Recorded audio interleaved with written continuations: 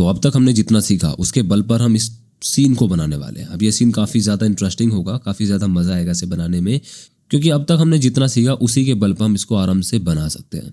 हम बिल्कुल एग्जैक्टली नहीं बना पाएंगे क्योंकि अभी बहुत सीखने के लिए बहुत सारी चीज़ें हैं, बट फिर भी हम मोस्टली इसको बनाने की कोशिश करेंगे और लगभग अपने सीन को इसकी तरह मैच करा लेंगे। तो बनाने के लिए पहले मैंने अपनी ब्लेंडर फाइल को खोला। खोलने के बाद इन सबको डिलीट किया। अब इनको डिलीट क्यों करते हैं ये पता नहीं, बस एक आदत है एक दबा के सबको डिलीट करने की। कलेक्शन का नाम दिया टेबल।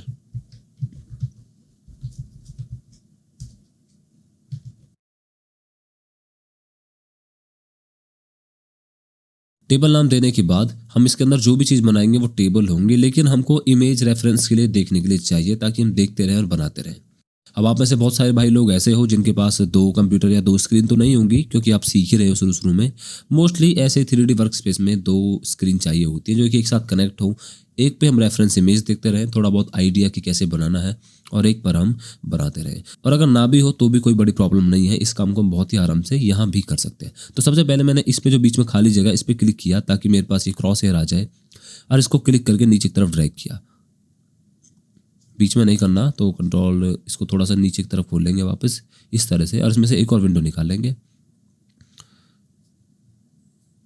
कुछ इस तरह से। बिल्कुल बीच में क्लिक नहीं करना है, थोड़ा साइड में, ताकि आप इसको नीचे ड्रैग कर सको। इसको हम खोल देंगे आउटलाइनर जैसे कि पहले था, और इसको हम खोल देंगे इमेज एडिटर। इसमें हम इमेज डाल सकते हैं, उसको थोड़ा बहुत एडिट कर सकते हैं। एक तरीके से रेफरेंस इमेज की तरह इसका इस्तेमाल किया जाता है। और हर विंडो की तरह यहाँ भी एन पैनल और टी पैनल है जिनकी शायद ही ज़रूरत पड़ेगी, लेकिन हाँ आपको आइडिया हो गया होगा क्योंकि इन दोनों चीज़ों को हम लगभग जानते ही हैं। एनोटेट तो हमने पढ़ा भी था, और इससे हम आराम से कलर वगैरह दे सकते हैं। खैर इसकी ज़रूरत नहीं पड़ेगी। फिलहाल मैंने ओपन करके इमेज को खोल लिया जहाँ भी मेरी इमेज लोकेटेड है। तो इमेज खोलने के बाद इसको थोड़ा मैंने जूम कर लिया, इसको थोड़ा इस तरफ ड्रैग कर लिया ताकि मैं इसको आराम से देख सकूं। उसको थोड़ा ऊपर क्योंकि उसकी ज़रूरत बहुत ही कम पड़ेगी, और इसको थोड़ा सा नीचे ताकि मुझे एग्जैक्टली मैं जूम इन जूम आउट करके देख सकूं कि हाँ हम क्या बनाने वाले हैं। तो सबसे पहले हम बनाएंगे टेबल।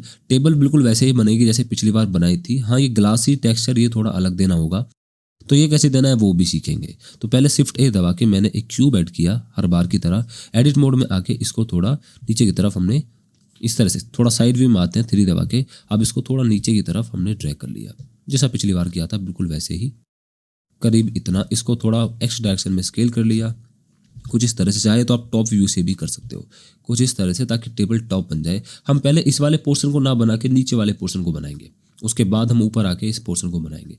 हाँ तो नीचे वाले पोर्शन बनाने के लिए कंट्रोल आर दबा के पिछली बार की तरह मैंने जल्दी से दोबारा से करेंगे टॉप व्यू में से ताकि आराम से कर सकें। और लगभग 3-4 तक हमने इसकी जगह छोड़ दी। 4 ही ग्रिड हमने यहाँ पर करीब 4 काउंटिंग में 4 होने चाहिए उतना हमने कर दिया।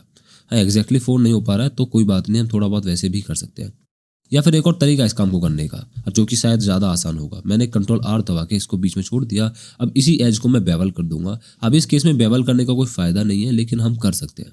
मतलब बेवल का असली काम क्या होता है, स्मूथनेस देना, एक एज की जगह 2 एज लगा देना, बिल्कुल वही काम करेंगे। क्योंकि अब यहाँ पर बिल्कुल सीधी लाइन है तो बेवल करने से कोई प्रॉब्लम नहीं होगी। तो कंट्रोल बी दबा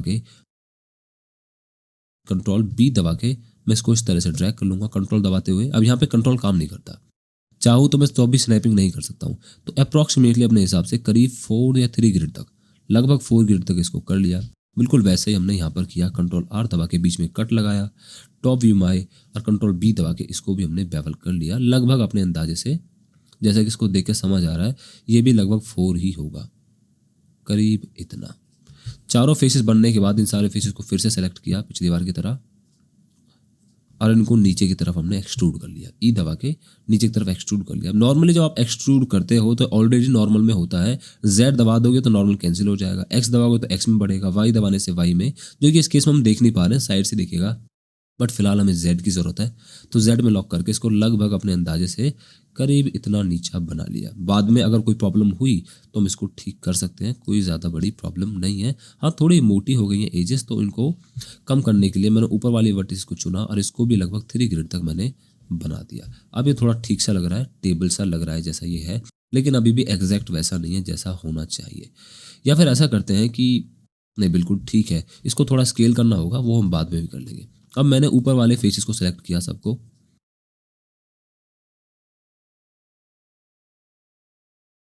ई दबाया और ई दबाने के बाद मैं इसको राइट हैंड क्लिक करके यहीं कैंसिल कर दूंगा और फिर एस दबा के इसको स्केल करूंगा कुछ इस तरह से। कैंसिल करके पहले हम टॉप व्यू में आते हैं। मुझे पता है कि मैंने डबल एक्सट्रूजन किया हुआ है और डबल एक्सट्रूजन से हमें बचना भी है। पहले मैं स्क्रीन कास्ट कीज को अनेबल कर लेता हूँ ताकि आप लोग देख सको कि यहाँ पर क्या चल रहा है। हाँ, तो अब मैंने इसको स्केल करना शुरू किया करीब इतना। अब क्योंकि मुझे पता है प्रॉपरली स्केल नहीं हो पा रहा, इस तरफ थोड़ा कम है, ये एजेस ज़्यादा हैं, तो इनको थोड़ा अच्छे से हमने एक्स डायरेक्शन में वापस स्केल डाउन कर लिया और अप्रॉक्सीमेटली जितना लगभग होना चाहिए उतना हमने इसको बना दिया। एक्सट्रूड तो हो गया, अब इसको ऊपर की तरफ एक्सट्रूड करने की ज़रूरत है। तो ई दबा के इसको लगभग 2 ग्रेड तक हमने ऊपर एक्सट्रूड कर लिया ताकि ऊपर वाला व्यू हम आराम से ले सकें। तो टेबल हमें लगभग बनती नज़र आ रही है। हाँ, इतनी मोटी या चौड़ी तो ये नहीं है, पर हाँ कुछ चीज़ें बनती नज़र आ रही है।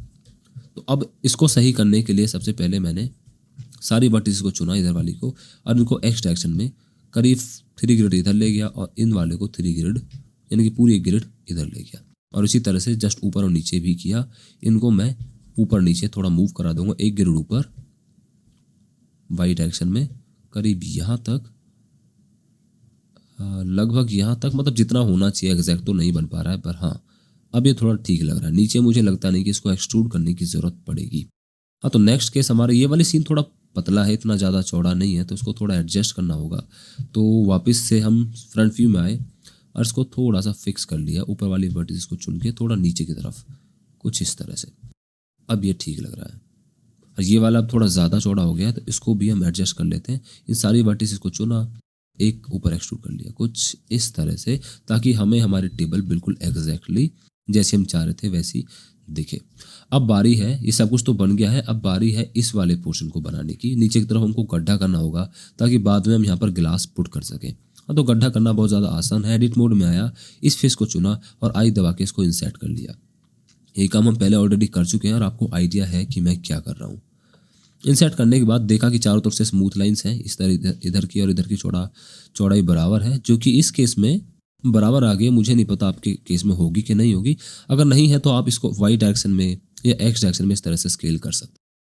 अब इसको ई दबा के नीचे की तरफ हम एक्सट्रूड करेंगे अपने अंदाजे से।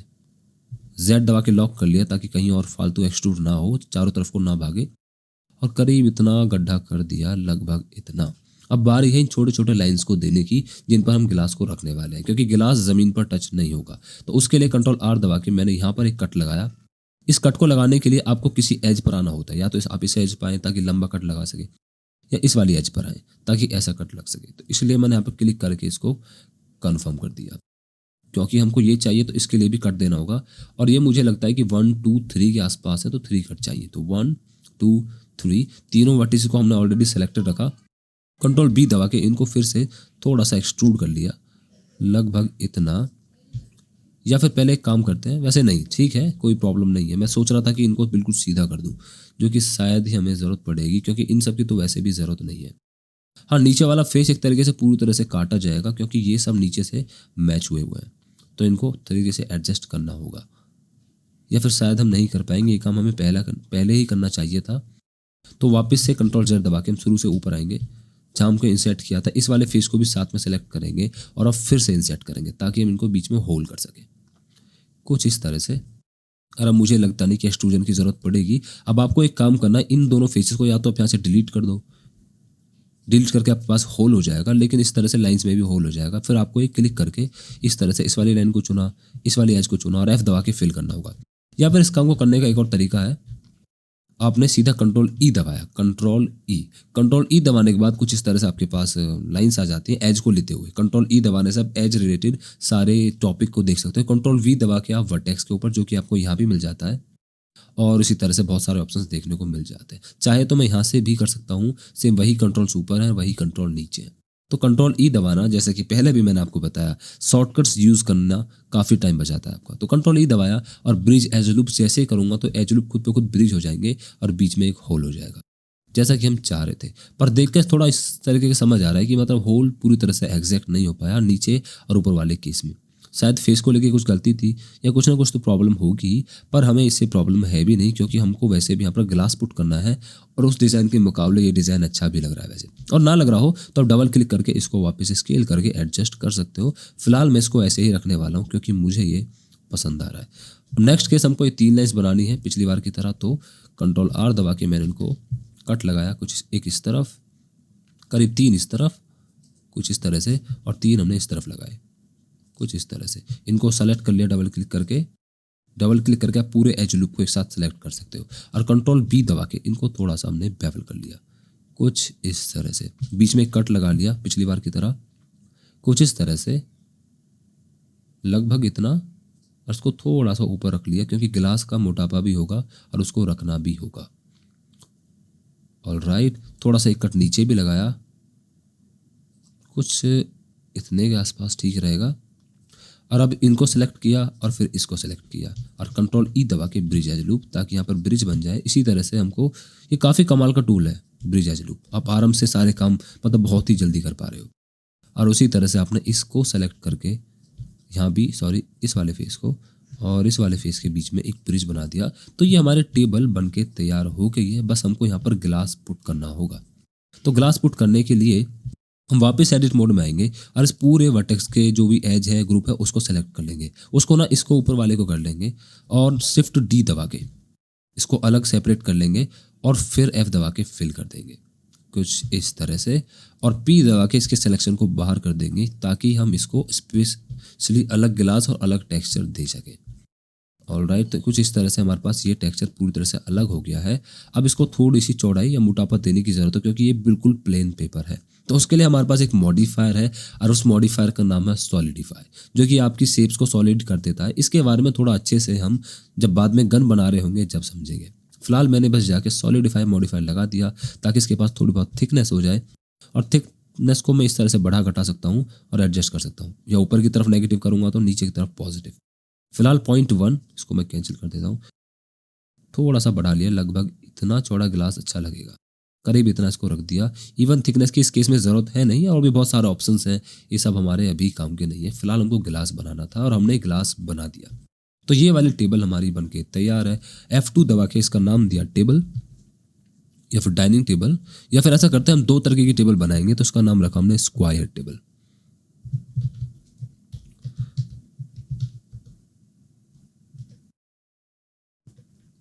ऑलराइट, इसका नाम रखा स्क्वायर टेबल ग्लास या फिर टेबल ग्लास भी चल जाएगा। कुछ इस तरह से ये मेरा टेबल का कलेक्शन हो गया है। अब बारी है इन चेयर्स को बनाने की, जो कि थोड़े दिखने में कॉम्प्लेक्स लग रही है पर ज़्यादा हार्ड नहीं पड़ेंगी।